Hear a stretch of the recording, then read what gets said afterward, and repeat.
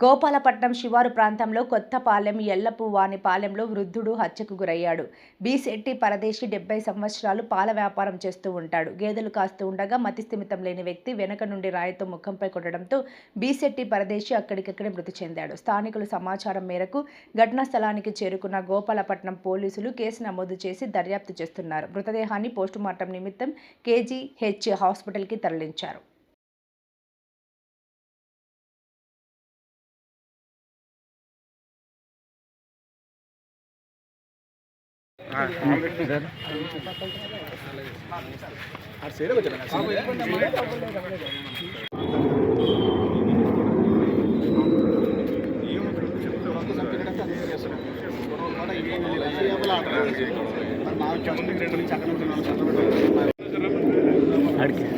అడికే మర్చిపోలేదు వాడు బాగా ఉన్నాడు. అడికే మర్చిపోలేదు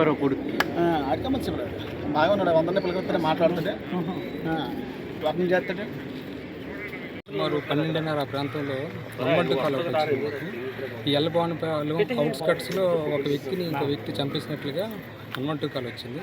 వచ్చిన వెంటనే నేను మా సిబ్బంది మా ఎస్ఐ అందరితో కలిసి సీన్కి రావడం జరిగింది.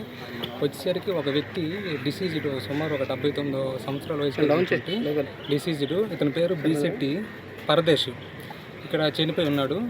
చనిపోయి ఉన్న తర్వాత ఎంక్వైరీ చేసి మా టీమ్స్ అన్నీ కూడా గ్రామంలోకి పంపించడం జరిగింది. అయితే అందులో ఒక ఐ విట్నెస్ ఏం చెప్పాడంటే, ఎవరో ఒక వ్యక్తి లావుగా ఉన్నటువంటి ఒక వ్యక్తి ఆయన డిసీజ్డ్ ముందు వెళ్ళిపోతుంటే వెనక వైపు నుంచి వచ్చి కింద తిరగేసి రాయితో ముఖం మీద కొట్టినట్లుగా చెప్పడం జరిగింది. మా టీమ్స్ అన్నీ కూడాను ఎఫర్ట్స్ పెడుతున్నాయి. ముద్దాయిని అరెస్ట్ చేసి కోర్టుకి రిమాండ్కి తరలించడం జరుగుతుంది. ముద్దాయి అదుపులో ఉన్నాడు సార్? లేదు ఇంకా అదుపులోకి తీసుకుంటాం.